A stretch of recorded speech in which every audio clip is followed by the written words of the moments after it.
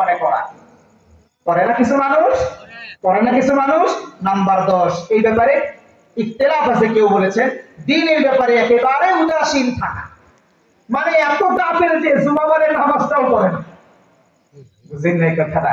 খালি আব্দুর রহমানের ঘরে জন্মগ্রহণ করছে আর কি, আমিনার ঘরে জন্মগ্রহণ করছে, খাদিজার ঘরে, আয়েশার ঘরে জন্মগ্রহণ করছে, কিন্তু এরপরে আর ইবাদত যে করা লাগবে, নামাজ পড়া লাগবে, রোজা রাখা লাগবে, সৎ কর্ম করা লাগবে, এই ব্যাপারে একেবারে 50 বছর একটা সাদা, 50 বছর একটা সাদা জিজ্ঞেস করা হবে, ইয়া আল্লাহ সাদা কেন?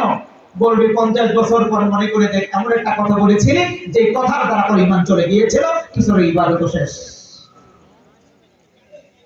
যদি কোন কারণে আপনি ঈমানকে না দোহরান, যেমনি ভাবে আপনার নামাজে একটি ফরজ বিধান চলে গেলে আবার নতুন করে নামাজ দোহরাইতে হয়, যেমন করে আপনার একটি উযুর মধ্যে একটি বিধান চলে গেলে নতুন করে উযু করে আবার ইবাদত করতে হয়, ঠিক তেমনি ভাবে যদি একটা ঈমানের একটা রুকন, ঈমানের একটা অংশ যদি আপনার ছুটে যায়, ঈমান এমন কোন কাজ করে ফেলেন যে কাজ করলে ঈমান ভেঙে যায়, মুস্তারাম হাজিরিন, সাথে সাথে নতুন করে শাহাদা পাঠ করে ঈমান এনে তারপরে এবার ইবাদত করে আল্লাহর জান্নাতে যাওয়ার প্রস্তুতি নিতে হবে।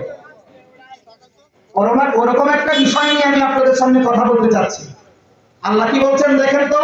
আল্লাহ বলছেন ওয়ামান ইউশরিক বিল্লাহি ফাকাদ হাবিতা আমালুহু ওয়া হুয়া ফিল আখিরাহ। আল্লাহ বলছেন আর যে কেউ আল্লাহর সাথে শিরিক করে তার আমল নিশ্চয়ই বরবাদ হয়ে গেছে। আল্লাহ কি বলছেন?